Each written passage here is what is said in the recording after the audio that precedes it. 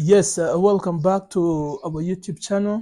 It's a back-to-back interviews. Uyu munsi ndi kumwe n'abajene batatu tugiye kuganira. Mbere yuko dutangira ndagushimira wowe nyine udahwema gukurikira ibiganiro nkugezaho, abantu dutera inkunga everyday time by time, mukaduha ibitekerezo, inyunganizi. Uyu munsi ndi kumwe n'abajene bari muri film industry hano muri Gisenyi, tugiye kuganira kugira ngo batuganirize nyine uko iyo industry imeze, kuko ntagira kura neza hano Gisenyi. Twumve imbogamizi bahura nayo, vision bafite nizihe, ibintu nk'ibyo hanyuma murushaho no kubamenya. Nakiriye abantu baba muri groupe ya Zidane Entertainment. Bro, ndabakiriye kuri Jarudi Kells. Turashimye. Wenda mu gutangira nyine muratwibwira turi kumwe nande kugira ngo abantu banabamenye, gutyo tubone dukomeza. Okay, amazina yanjye n'ubundi nitwa Zidane. Nitwa Ishimwe Zidane Farage, nkaba nkorera hano ibihangano bya Gisenyi bya Uzamurijwe ariko uzamurijwe. Nkaba nyine nitwa Zidane, nkaba nkora ibihangano hano bya sinema nyarwanda muri Gisenyi. N'ubundi amazina yanjye nitwa Ishimwe Zidane Farage. Abagenzi bawe turi kumwe bo wambwira amazina yabo ko murakorana, muraziranye nyine? Okay, uyu muvandimwe wanjye we bamwita Isa, bamwita niyo mugabo Isa. Uyu nguyu bakamwita Inosa, akaba ari abafatanyabikorwa mu bijyanye na sinema dukora. Ni abafatanyabikorwa gute? Murakorana, ni abakinnyi mukinana cyangwa se ni abafatanyabikorwa baragusapota? Ni abafatanyabikorwa bameze gute? Ni ukuvuga ati harimo kuba twakinana, icya mbere ni abakinnyi, second ikindi baba ari abashoramari. Just nitwe twishoramo imari tukaba tunakina byose. Donc ni ukuvuga ngo nimwe muri industry ya filme. Ku bantu bari buze kureba channel yanyu ya Zidane Entertainment, ndaza gushyira link muri description no muri comment ripininge, n'ubundi baraza kubonamo aya masura ari hano, baraza kongera kuyabona no muri izo filme mukina. Ariko ni namwe mwishakamo ubushobozi. Ni natwebwe twishakamo ubushobozi. None Zidane, ibintu bya filme nge ntago mbizi cyane, ariko wenda bafiteho ama idea agiye atandukanye. Filme mukora ni ubuhe bwoko, ni zimeze gute? Nuvuga ati filme dukora, ubwoko dukoramo ni filme ubundi nyarwanda cyangwa se filme zanga muri Afrika, za African. Ikindi dukoramo ibintu bijyanye, harimo umuco, yego, harimo inyigisho, yego. Nicyo navugamo umwihariko urimo cyane muri izo filme dukora. Donc ntago ari action, ntago ari comedy, ntago ari ama romance. Ni izi filme abantu bamenyereye nyine zo mu buzima busanzwe, ariko ziba zirimo amasomo nyine zishobora abantu bashobora kwigiramo. Okay. Wenda Inosa, nkuko Zidane abivuze, avuze ko ni mwe bakinnyi, ni namwe mwishakamo ubushobozi. Ubushobozi mu bukura hagana he? Naguhe mikoro nta kibazo. Hari imirimo tuba dufite, tuba dusanzwe dukora. Iyo mirimo rero niyo dukuraho amafaranga makeya, tukagabanyaho makeya, tukayajyana muri industry ya sinema, kugira ngo turebe ko twakubaka sinema nyarwanda, ndetse no mu ntara hakaba haba wenda abagitere bakomeye. Urabona ko abantu benshi bazi ko abagitere bakomeye baba i Kigali, bataba mu ntara. Ni muri ubwo rwego rero twavuze ngo reka twiyegeranye, turebe ko natwe inanga h'i Rubavu twakora ikintu gikomeye, hakaba haba abagitere bakomeye cyane, ntibisabe ko bajya kwagitingira i Kigali abagitere. Ubwo bushobozi rero ubwacu twebwe tubwishakamo. Ngira ngo Zidane, nsubiye inyuma gatoya, Zidane ntabwo yakubwiye history ubundi kino gitekerezo cyo gukora uno mushinga. Yego. Nahuye n'umuvandimwe Zidane yarari ahantu arimo gukora ikiganiro, ndamubwira nti ese ntabwo twakora ikintu gikomeye tukaba twakora sinema tugahera ahangaha i Rubavu kandi tukahaguma tugakora ibintu bikomeye. Zidane nsanga afite inzara n'inyota yo gukora ibyo bintu. Tuza kujya inama, umushinga turawuprintinga tuwushyira mu bikorwa, kandi ubona ko feedback igenda iba nziza cyane. Ubona ko inahangaha i Rubavu naho bizakunda, kuko hari popularity y'abantu benshi cyane, abantu badukurikirana, abakinnyi dufite ni benshi. Ubona ko filime yacu ifite abantu bayikurikirana rwose. Filime yacu rero ikaba yitwa Urukundo Rudashoboka. Yego. Iyo ni season turimo gushutinga, tugeze kuri episode ya 4. Hakaba n'izindi zirangira nazo bagiye kuri Zidane Entertainment TV bazahasanga. Rero urumva ko ubwo bushobozi twebwe kubera ko ari ibintu dukunze tubwishakamo n'abandi bakinnyi dukinana. Birumvikana iyo abantu bahuje umugambi bafite avenir imwe, bafite nyine future imwe mu kintu runaka, ubushobozi nanjye ndabizi nyine muri industry zigiye zitandukanye, ibintu byose mu gutangira biragorana, ariko byanze bikunze icyizere nyine kiba gihari. Yego. Buriya urebye nk'abaktere dufite bakomeye uyu munsi, abenshi batangiye muri corona, muri 2020. Abandi batangiye, aba bari kuri hit, bari kuri spotlight uyu munsi. Abandi batangiye 2019, none uyu munsi nyine twese tuzi urwego film industry cinema igezeho mu Rwanda nyine. Niyo mpamvu nanjye nababwira ngo nyine courage, ibyiza biri imbere.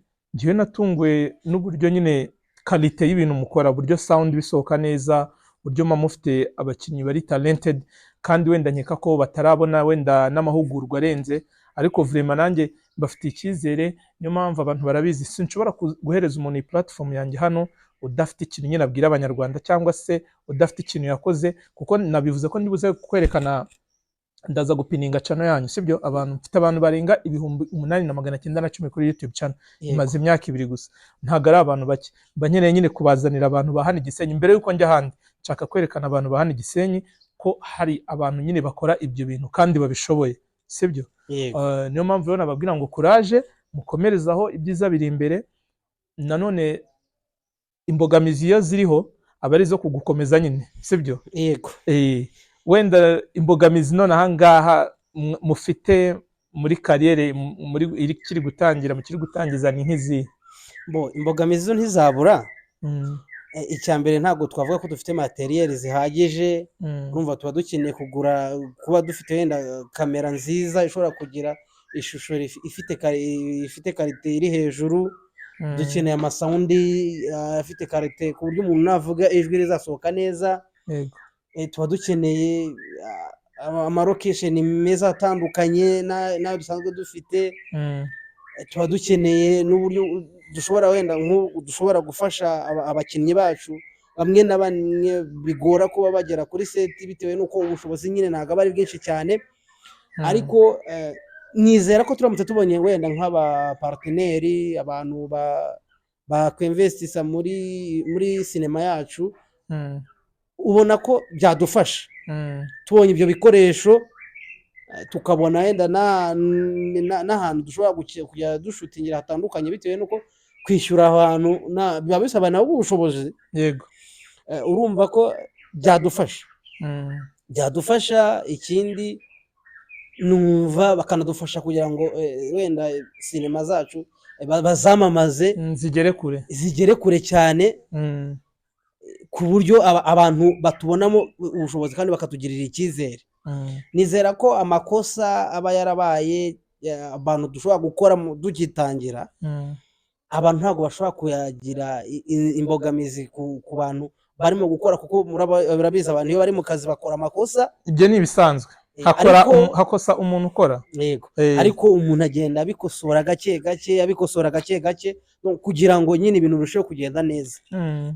Byaba byiza rero tubonye abantu badufasha, tukaba twagira wenda izo materiel zishobora gusohora ishusho ryiza ndetse n'ijwi ryiza. Byaba byiza. Okay. Wenda hari mugenzi wanjye navuga ko ari bwo buzima bwe kuva kera cyane, bamwita Ibra, ariko ku mazina akoresha muri industry akoresha amazina ya company yitwa Tuzuri Entertainment. Afite channel yitwa Tuzuri TV, sinzi ko mujya muyireba. Bonje ntago wenda Zidane aze kwikwereka muyirebe. Ejo bundi aheruka gukora filme yitwa ndumva ari La Pêche de la Kivu. Ni filme ndayiremba, ni filme yakunzwe cyane, yica kuri Zacu TV. Hanyuma ejo bundi yagiye muri festival muri Cameroon, ibona igihembo. Urumva yagombaga kuba yagiyeyo, nuko yari afite izindi projet ari gukoraho nyinshi. We ni umuntu kuva kera, kuva namumenya mu bwana bwanjye n'abantu bamuzi, we ibintu bya sinema n'ibyabamo, yakoze kuri filme, yakoze projet nyinshi zirenze. Ni umuntu rero ubizi, kandi ku makuru mfite nyine ntabwo na nyir'ubwite, sibyo? Yambwiye ko hari season ari gutegura. yego We rero ni umuntu ufite connection yose uzi ko ikomeye mu Rwanda mu bijyanye na film. yego We arayifite gutya mu biganza bye. Urumva ni ukuvuga ngo ikintu wenda ndibuze gukora, ndaza kumwereka ibintu mukora, ndamuha ama link ayafungura arebe we, noneho niba twabona nk'umwanya akazabageraho nko kuri set wenda muri gushutinga, arebe nyine uburyo mukora. Nyeka ko ni umuntu mwiza nawe ushyigikiye iterambere rya sinema, wenda ashobora kubafasha mu gahana ibitekerezo, ibyo bikoresho wenda muvuga mudafite, ayo makosa mukora kubera wenda ubumenyi buke, akagerageza nyine kubafasha. Nkeka ko guhura na Ibra Tuzuri hari ikintu kinini bizashyira kuri kariyeri yanyu n'ibintu muri gukora. byaba byiza cyane. Urumva ko nyine nicyo cyiza cyo guhura nawe. Iyo uhuye n'umuntu ufite connection, nawe agusiga n'abandi bafite connection, bigatuma awe ku buryo nyine mukora ikintu kikaboostinga. Urumva byaba ari byiza tubonye abantu bafite connection nk'abo ngabo, bafite ama network ku buryo bashobora kutugeza ku bintu bikomeye cyane. Ikindi iyo ufite umudirector mwiza, arakudirectinga ibintu bikagenda neza. Ntabwo tuvuze ko dufite ari mubi, ariko burya ubumenyi iyo burutanwa. Ngo ubumenyi ni inyanja. Zidane wenda cyeka abizi ko ubumenyi ari inyanja muri Islam, niko bavuga. Yego, iyo umuntu agusanyije ku bumenyi bwe, ubona ko hari ubona ko wari inyuma cyane, bigatuma ugenda ukosora ibyari bitari bimeze neza. Byaba byiza rero udukonekise n'uwo muntu, akaduhuza n'abandi, nkuko nawe warebye ibihangano byacu ukabikunda. Ibintu byacu byagera kure kandi twizera ko tuzabikora neza. Njye numva ari icyo. Wenda reka ngire n'icyo mbaza mugenzi wanyu, nawe harya wambwiye ko yitwa Isa. Assalamu alaikum. Wa alaikum salam. Umeze bien? Meze neza. None se Isa, wowe ubundi kuva kera ibintu bya filime byari ibintu wumva gukunze, wumva wari ufite inzozi zo kuzabikora, byari bimeze bite? Okay, icyambere na mbere ndagushimira. Nge n'umuvandimwe bita Zidane. Yigeze kongezaho igitekerezo yo kina filime, kora ni umuntu wa hafi mu muryango cyane. Uzamura ijwi. Ubwo bwa mbere tugihura, ubwo nari ndi mu kazi, turatahana. Tugeze mu rugo arambya se ko nkeneye, ndavuga ntacyo bitwaye, wansanga mu rugo tukavugana.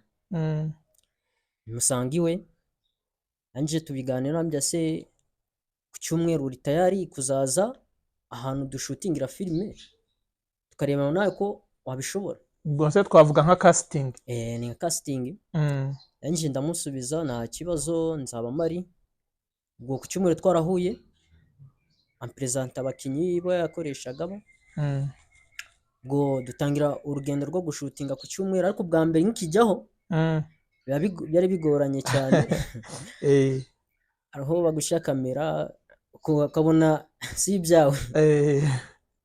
Ubwo uko nagiye ninda aho ngaho turi kumwe, ndavuga Zidane ku cyumweru ikindi nzaza, none nanjye byiteguye nzashutinga.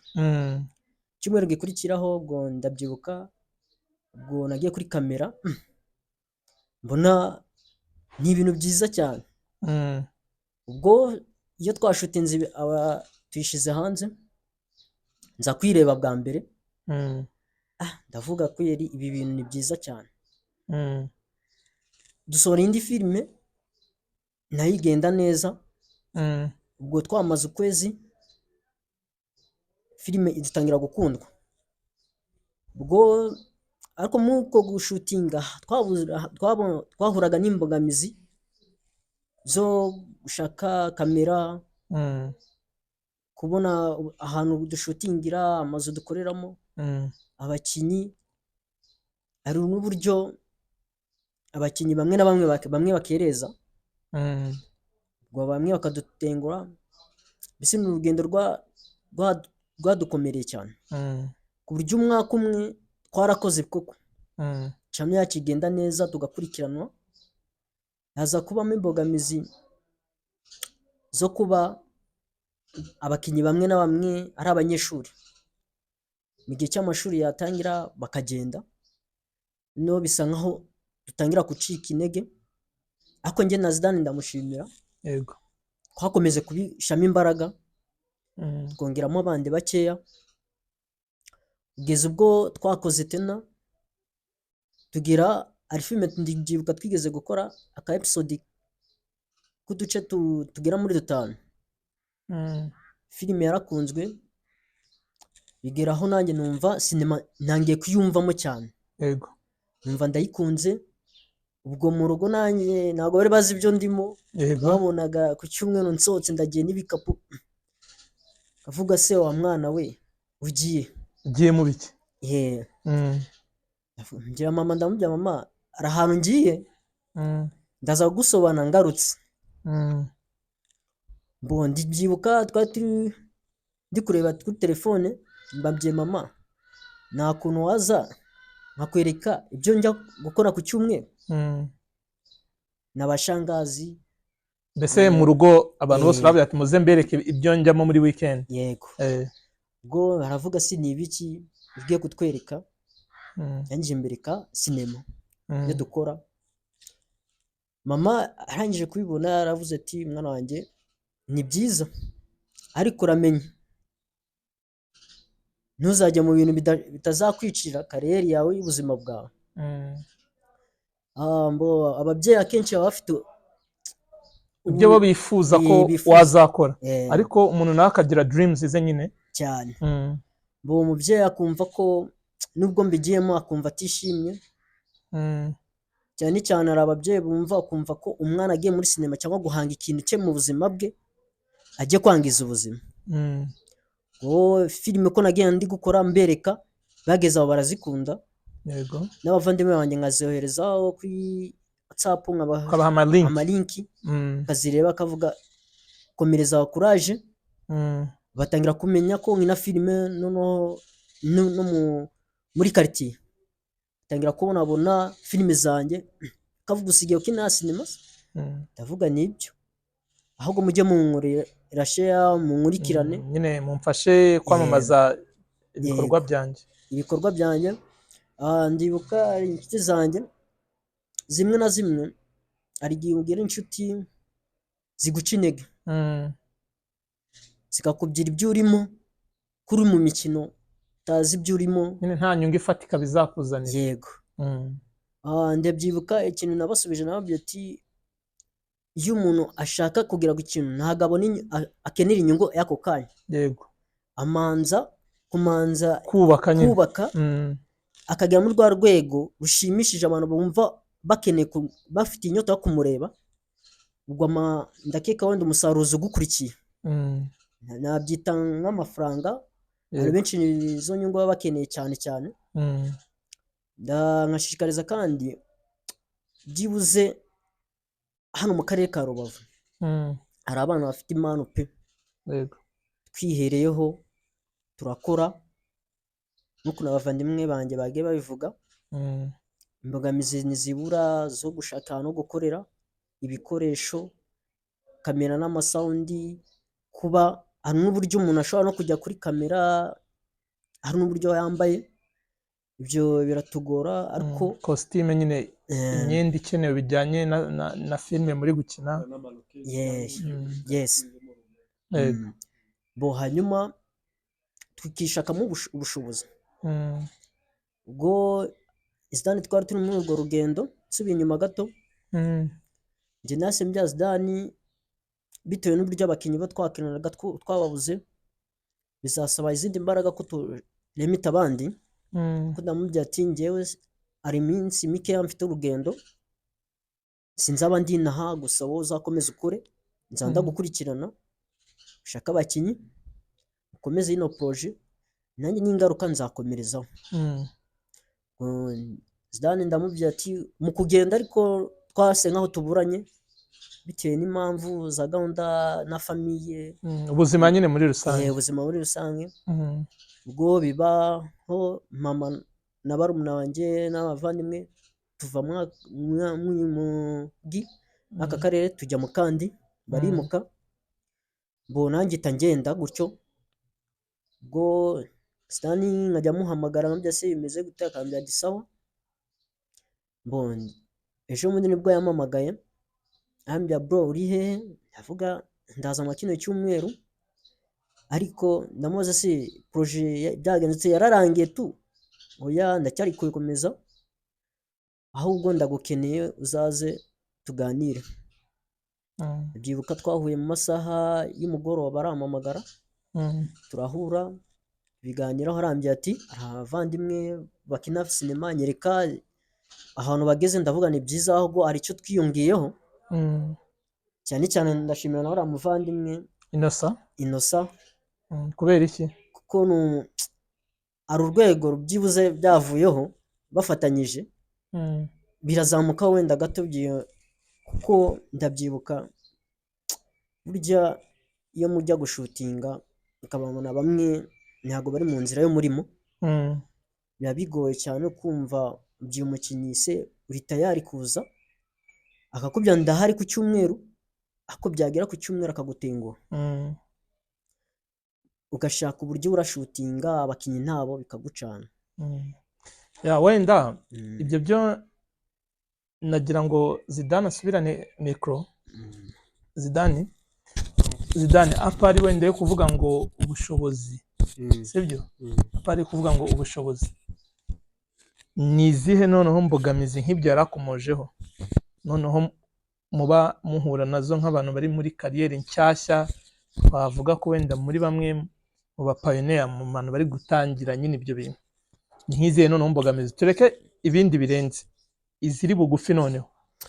Ubundi mbogamizi za mbere ziri bugufi ni ukumara kwandika filime wateguye nka sene, ejo murashutinga umuntu muri episode nka gatatu yarazibonetsemo iya mbere iya kabiri, ukumva ngo ku munsi wo gushutinga ntago ahari. Kubera ko wanditse filime, ninjye wandika filime, mba narangije kwandika filime, narangije no kuyikompoza, deje ngeze kuri sene wa muntu nkamubura, filime itihinduka, ubwonko buhita bushyuha, burashuha kabisa, ntabwo nkubeshye. None iyo babaye babiri, burya iyo turi gukora filime hari ibice bigize filime, hari n'abunganira filime, hari n'abasesengura iyo filime ari bishingiyeho. Nuwati muri abo bakinnyi aribo filime nayanditse ishingiye kuri bo, hashobora kuburamo umwe wenda nkagira uko mbigoyika, ariko muri ba bandi noneho nabo baje binyunganizi, ugasanga nabo barabuze icyo gihe filime ihita incanga. Nandi wumva ngo utangiye gushiramo tamoro nyine, bagize ibiganiro, nta kintu yageze ushiramo gishobora gushishikaza abantu muri episode, ugasanga no episode wapi.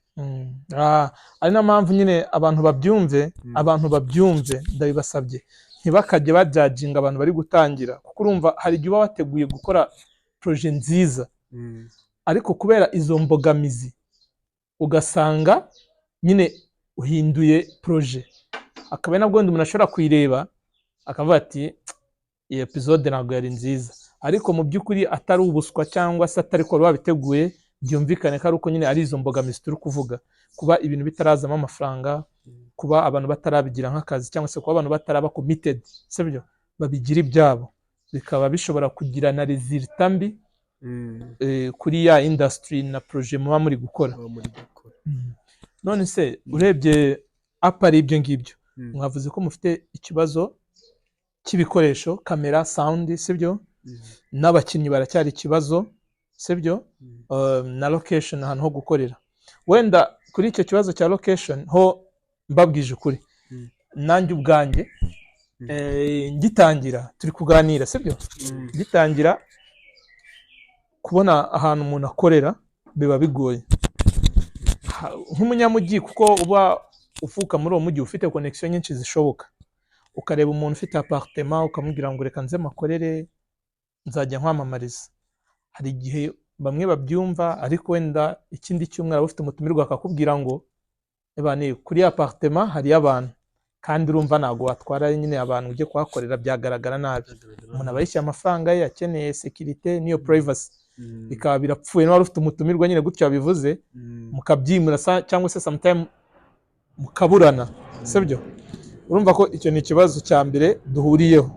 Ikibazo cya kabiri, ikibazo cy'ibikoresho. Zidane, nurebe ibikoresho mfite hano kuri set uyu munsi, ngo cyeke ko ntangira gukora ibyo nari mfite, sibyo. Wenda ntago ari ibintu byo kuvuga nonaha, ariko niho kugira inama yo kuvuga ngo nimucike intege sibyo nanjye ibikoresho mubona ndi gukoresha uyu munsi ntago ari byo nari mfite sibyo byagiye biza gahoro gahoro n'ubu urugendo aracyari rurerure ariko kugeza aho munagereje uyu munsi ndashima Imana kuko uyu munsi mfite location ahantu isaha n'isaha hejo nakoze ibiganiro 3 nubwo kimwe twagize ikibazo cy'amajwi nibikunde sibyo ariko urumva none ubu kubera ko nakomeje gukora sinshika intege byaje kugera igihe negera anti wanjye ndamubwira ati se nta kibazo rwose ndumva nta kibazo urumva icyo cyavuyeho ikibazo cya kamera cyangwa se telefone dukoresha cyarakemutse sibyo ikibazo cya sound dufite microphone nziza ntabwo ibi byose ari byo natangiranye impamvu nababwira nti nimucike intege muzabona abantu babyumva urumva ibikoresho bizaboneka ni ikibazo cy'igihe gusa mukomeze mukore icyo mvuga ntabwo ari amagambo abantu baze kujya kuri channel yanyu babirebe bambwire namubeshye bijyanye nuko iyi kariyere nta bandi bantu twavuga barimo bari active uretse wenda uwo Ibra nakubwiraga ntabwo umuntu ashobora kukujudginga sibyo n'umuntu wabajudginga ubu ngo ntabwo mumuhereza umwanya cyangwa ngo mwite ku byo yavuze sibyo wenda ngarutse kuri Innocent urabona muri iki gihe abantu nyine hari igihe babona ibintu uri gukora nkuko Isa yabivuze akakubwira ati wenda nta hantu bigiye kugera washaka ibindi ukora urumva mwebwe ni ikihe cyizere mufite ko ibintu muri gukora bizakunda urakoze impamvu mvuga ko ibintu dukora bizakunda ahantu ubu ngubu navuga ngo dufite nka location twebwe dushutingira filime zacu ni umuntu atugira icyizere arahaduha nta n'ikintu urumva gifatika yari yabona ndashimira cyane rwose kuri Silent Corner Guest House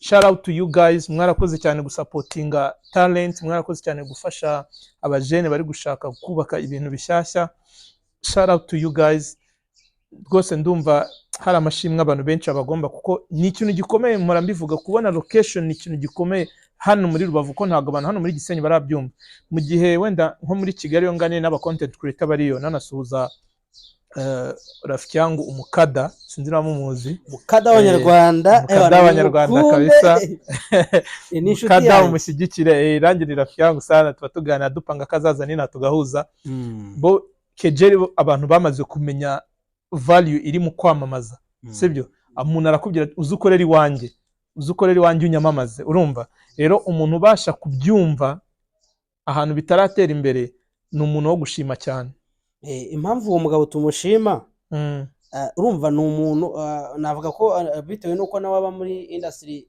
donc ya business akaba ari no mu bintu akaba ari akaza akora akaba ari umuntu ushinzwe ibintu bya marketing ngira ngo ibintu yaradufashije akaba ari n'ukundi twari dusanzwe tuziranye ni umuntu aho hantu he dukorera haba hari abakiriya ariko akavuga ngo apari yuko hari abakiriya ndigomwe icyo kintu mba supporting kuko nanjye narasapotinzwe narafashijwe kugira ngo murebe ko mwagerageza hakaba icyo mwageraho rwose ndifuza ko abantu bazajya bava i Kigali bazajya baza mu biruhuko abantu bakurikiranye ino YouTube channel nibazi Rubavu bazabaririze ahantu hitwa kuri Silent Corner Guest House irahagana tutararenga naho ngaho tubamamarize kabisa urabona iyo ugeze muri gare inshyashya iyi ngiri Nyakabungo ndahabona uzamuka usa nk'uza kuri Rwanda Revenue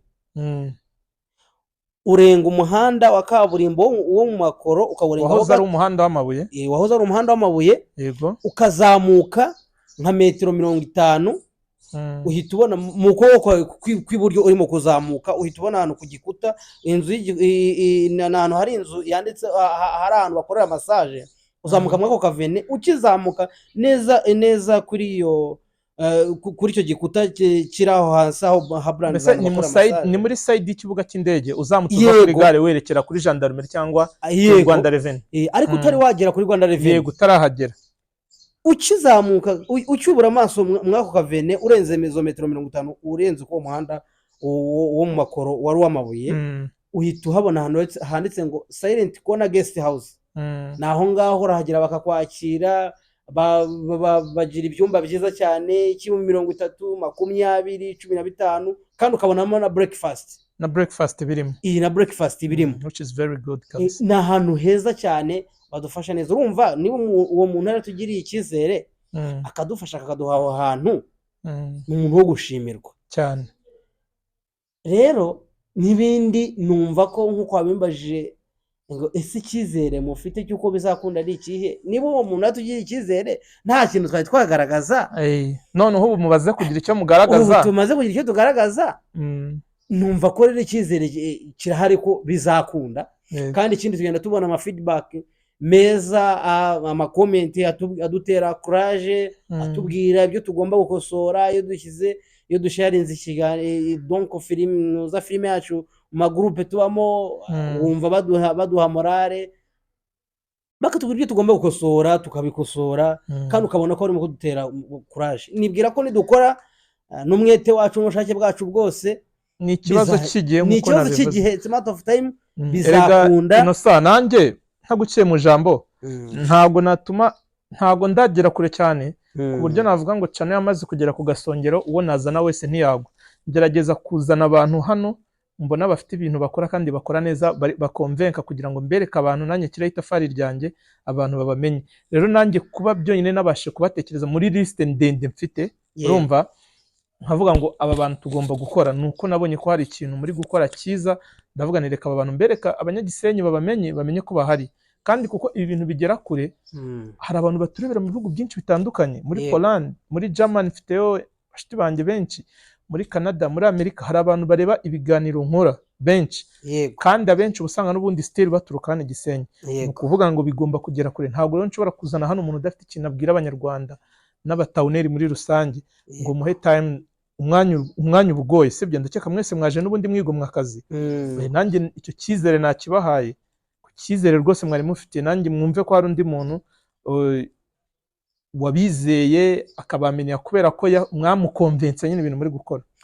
Mbere na mbere ubundi tutire tunajya kure, icyizere kitugaragariza ko ibi bintu byacu bizakunda.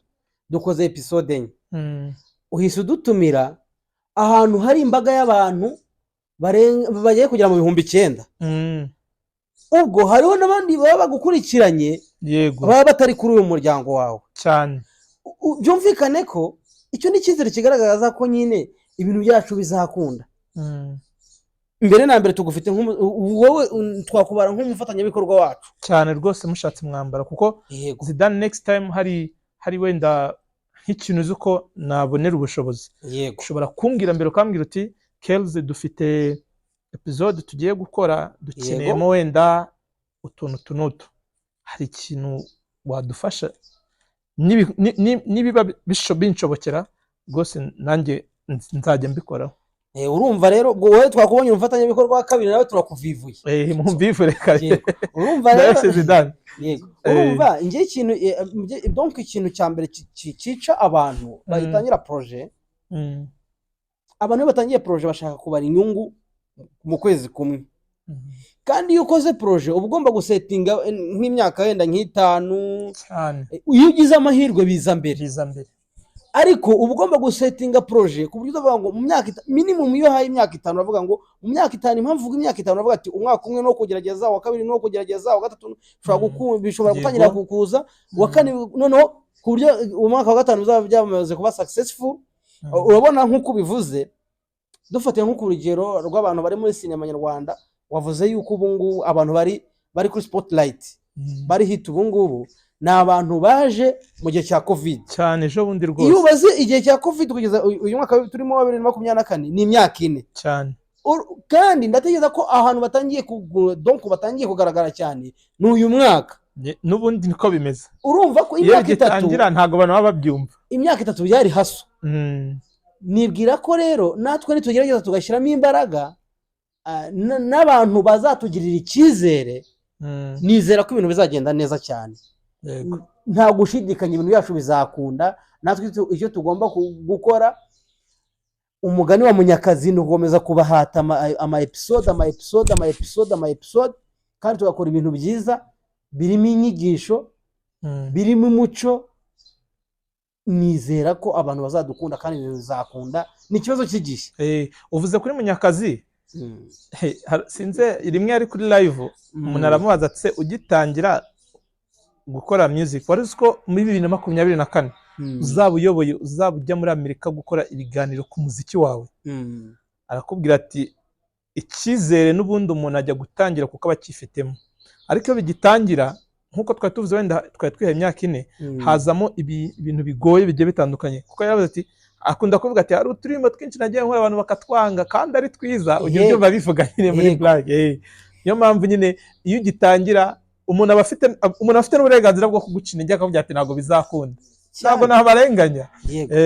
Ariko gake gake urebye nje ntangira YouTube channel, yego nayitangiye nyine kugira ngo ko nabonaga hano muri Gisenyi nta YouTube channel hari, kandi nzi ko hari talent nyinshi, kandi nzi ko ibi bintu umuntu asigaye afata umuhanzi nka Young Zike akamuzana muri Uptrend podcast, sibyo? Akamukoresha ikiganiro cy'iminota 30, indirimbo igahita ijya viral ikaribwa na miliyoni, indirimbo igahita ihindurira ubuzima umuhanzi agatangira gutumirwa mu rubuga rw'imikino kwa gatandatu muri ya segment batumiramo abastar, umuntu akamamara kubera iki YouTube channel imwe yamwerekanye gusa. Maze kumwerekana ahita yachivinga nyine dreams ze, ariko ntabwo ababyitse mu gitondo ngo nawe ahita agera kuri ya level. Ariko nyine bijyanye n'igihe aba yarakoreye, igihe kiragera noneho agakora ibintu bigahita bigaragara. Ni ukuvuga ngo nanjye ngitangira YouTube channel hari abantu nyine batabyumvaga bakavuga ati se urabona bizagera he, ariko bakabona subscription ziraza ko bukeye nuko bwije. Hari content nkora mu Cyongereza nkabona subscription z'abantu batari mu Rwanda, urumva ko murabizi YouTube ikwereka aho abantu bakurebera ibihugu barimo kuri geography, bakakwereka imyaka yabo, ibintu nk'ibyo bigiye bitandukanye. Yego, ni ukuvuga ngo rero ntago mwacika intege, ahubwo mwe mugire courage muvuge ngo reka twe dukore igihe kizivugire gusa. Ubundi nje ntago ari bwa mbere wundi nje muri sinema, kuko buriya hari filime bita Ibara ry'Urukundo yakinagamo ba Ivan wagiye muri Amerika, wakinaga no muri Bamenya n'aba Kamari, ni benshi bagiye muri Bamenya. Nuko njyewe nahize mfata igihe ngo ngende ngo shootingemo ngo ba proding, ariko nabaga ndi kuri set, hari utuntu nabaga nabashiriye nkareba uko bikorwa tukagerageza tugakora. Ariko nta nubwo hari n'izindi twatangiye twashutiza, ariko ntabwo twize tuzaprodinga bitewe nuko abantu twari dufatanyije uwo mushinga byaje gufailinga. Bamwe baragera tuvuga nta mpamvu yuko twabikomeza ngo tubishyire kuri YouTube kandi bitazakomeza.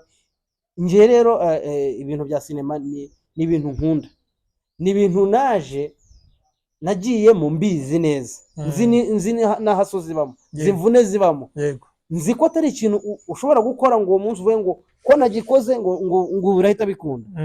Ni ibintu nzi icyo bisaba, nzi kwihangana kwabyo.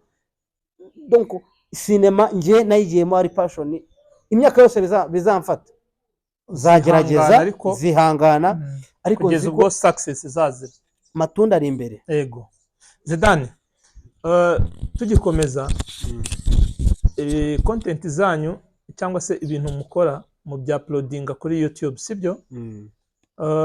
Mwaba mwitondera regulations za YouTube ku buryo nta makosa mukoramo? Reka wenda ngaruke kuri YouTube. Maze gufungura nka channel zigera muri zingana nk'eshanu.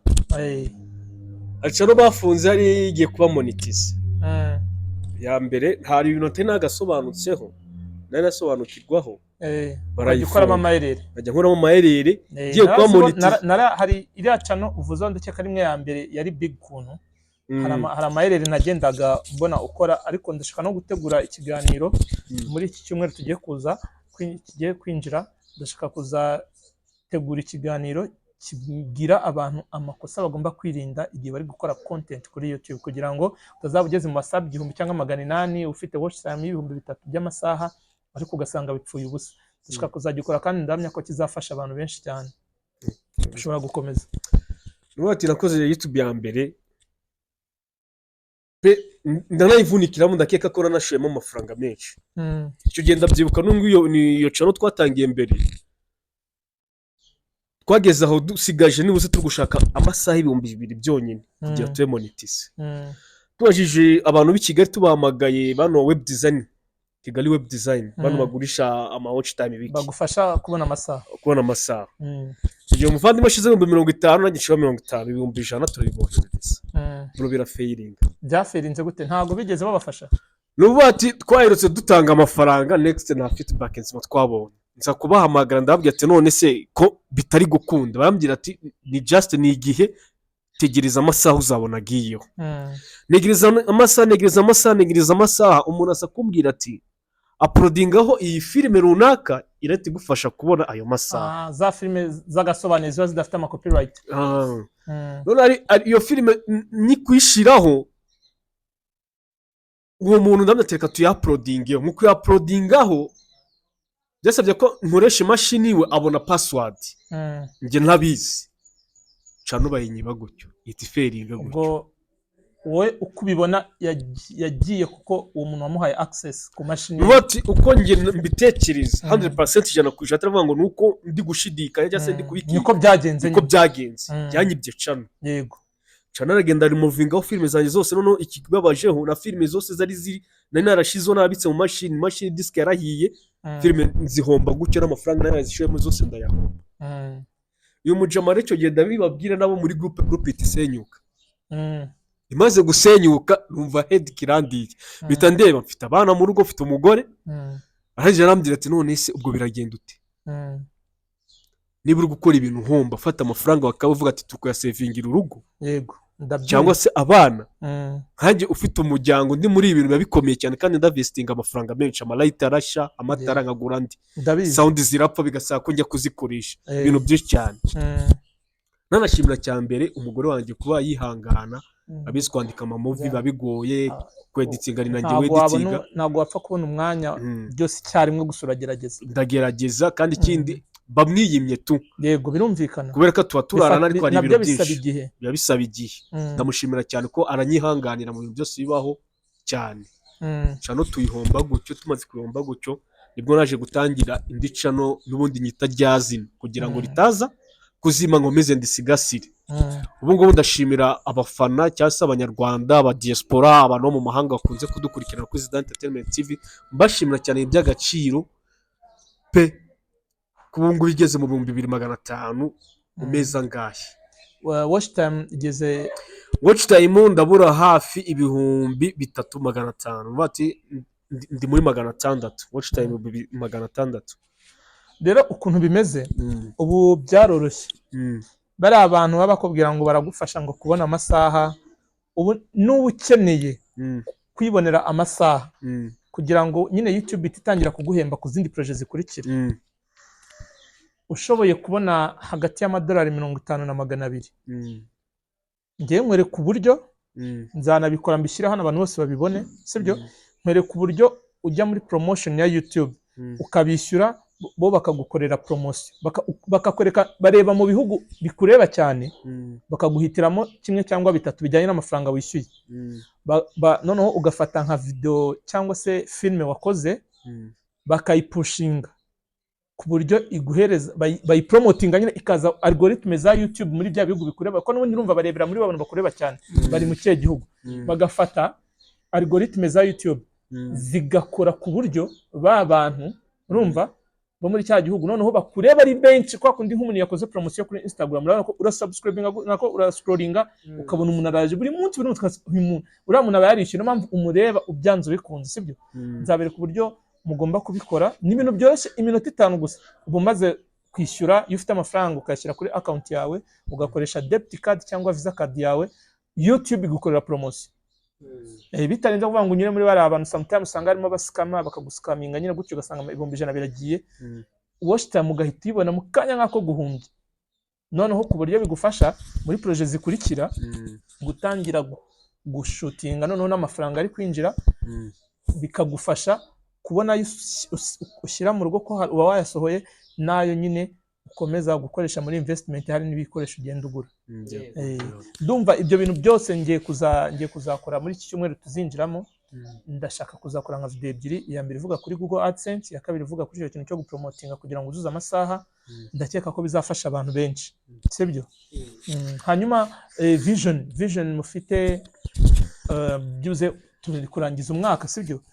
Byanze bikunze hari target bavuga ati umwaka utaha turifuza gukora gutya, turifuza ko byagenda gutya. Umwaka utaha ni zenzo zimufite.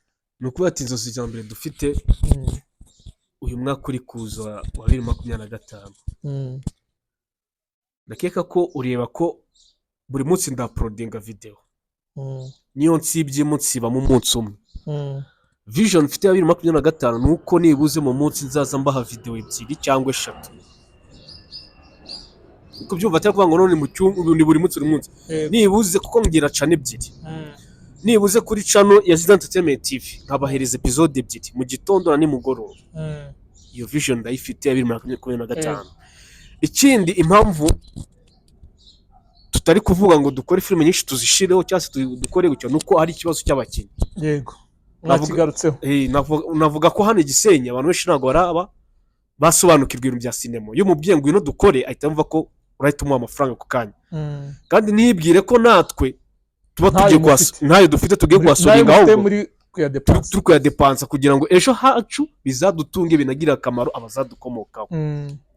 Muri vision ikindi kintu dufite next uyu mwaka ndahamya ko nadashidikanya mfite gahunda yo kuzana umusitari hano mu Rwanda hano Gisenyi tukava i Kigali akaza hano Gisenyi tugakorana. Hari projet mfite ari seri kuzakora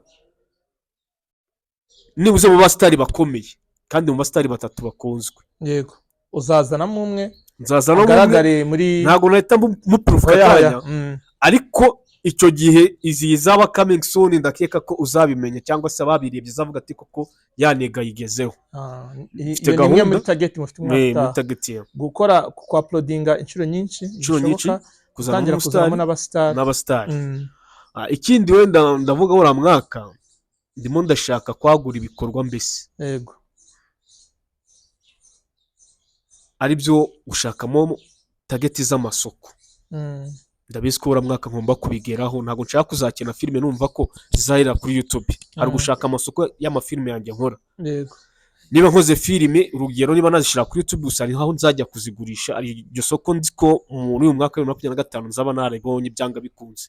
Kuki ibindi cyiza ngomba kuribona. Nko kumva ngo filime bazijyanye ku Zacu TV bakayigura. Yego. Okay nanjye iyo projet ndayifite. Cyangwa areba nka TV10 cyangwa TV1. Yariyo yose.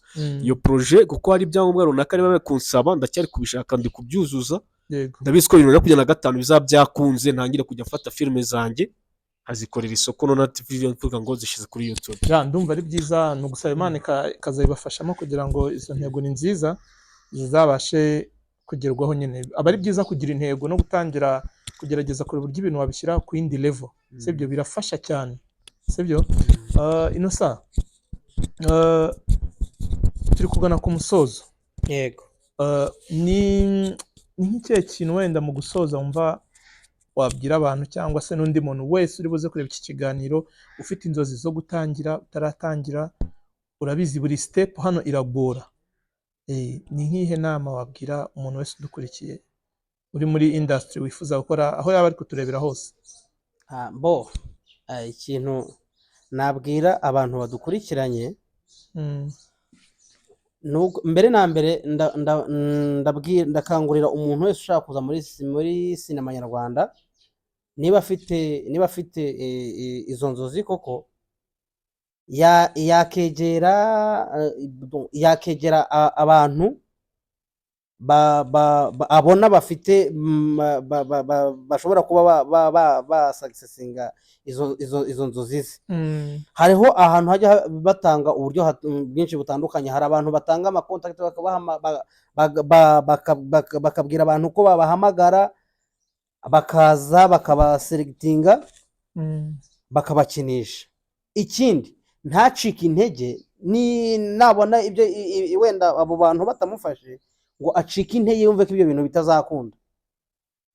Ikindi n'abafite telefone ya smartphone haba hariho TikTok, YouTube naho habaho utuntu tumeze bashobora kuapurudingaho tukamara iminota mikeya, ajye adufata ashyireho na contacts. Hari igihe nk'umuntu iyo arimo guscrollinga cyangwa arimo kureba kuri YouTube ajya agira gutya ukabona aguye nko kuri ako ka video uploadings yabonye yakabonye akabona urimo kwakitinga neza, akabona yenda nk'iyo contact agukeneye ahita aguhamagara akaza akagukoresha. Hari abantu benshi bajya babikora ibyo bintu, ntacike intege nkuko nanjye ntacitse intege. Yego, amashuri twarabikoraga tugakina amateatre, ariko ntabwo twize ducika intege. Nagire uwo muhate, agire ubwo bushake, yumve ye gucika intege, yumve ko ibyo bintu bizakunda. Ikindi usoza, ndasaba ko abantu badukurikirana kuri Zidane Entertainment TV bakareba iyo seri yacu turimo kunyuzaho bita Urukundo Rudashoboka. Ni seri nziza cyane, abantu abanyarwanda bakadukunda, aba diaspora bakadukunda, abantu bagakomeza gusharinga video zacu ahantu hashoboka, kandi abantu bakatugana, abantu bifuza kwamamaza kuri Zidane Entertainment TV bakabaza kwamamaza muri seri yacu, baduhamagara, hariho nimero. Yego, ikindi abantu bifuza gukorana natwe bakatwegera, kandi twifuza kandi natwe nk'uko umuvandimwe yabivuze, twifuza muri mwaka utaha twifuza kuzakora ibintu bikomeye cyane, kuzakora ibintu bihambaye, kuzaplodinga ibintu bikomeye cyane, kandi YouTube channel yacu natwe hazatangira kugira ikintu gifatika iduha. Nk'uko Zidane yabivuze, nanjye mfite umuryango, mashimira umuryango wanjye ko wemera kumu mwanya ukihanganira kuba batakubona ku gihe, mfata umutungo nkawushyiramo aho ngaho, kandi nta kintu urimo kubona. Ndifuza ko rero abantu badukurikirana bazareba iki kiganiro, bazajya kuri YouTube channel yacu bakaduha ibitekerezo, ibyo tugomba gukosora, ibyo tugomba kubaka bigakomera. Niba harimo abakinnyi babona bakunze, bakabatera motivation, byaba byiza. Yego, buriya birafasha nabwo kubona umuntu wamukunze ukamutera motivation. Hari ubutunzi ashobora kumuha akamuherezaho, niba ari ijambo ryiza, kuko ijambo ryiza naryo burya ni mugenzi w'Imana. yego, Ijambo ryiza akarimubwira, akamubwira courage, komereza aha ngaha, kosora ibi, byaba byiza cyane kudutera courage.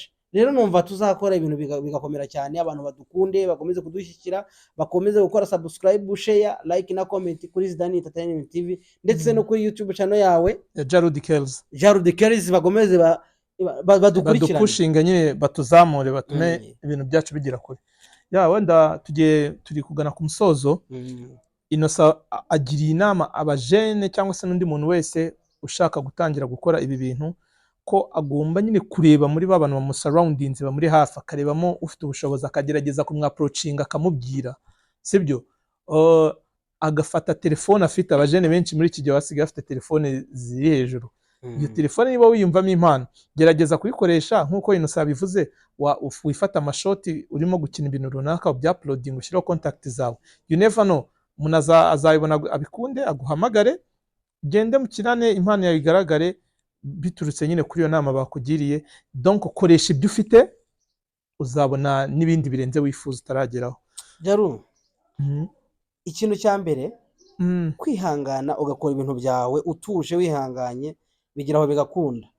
Hari amakosa uba waragiye ukora mu buzima busanzwe, abantu bashobora kukubona bakavuga uriya muntu se nta kintu ibyo avuga ntago bihura nuko bimeze n'iki. Ariko nje numva ko umuntu niba yaje akagerageza gukora, tuba dukwiriye kumutega amatwi tukamwumva, kuko ntago nibwira ko nta muntu uba mubi ibihe byose.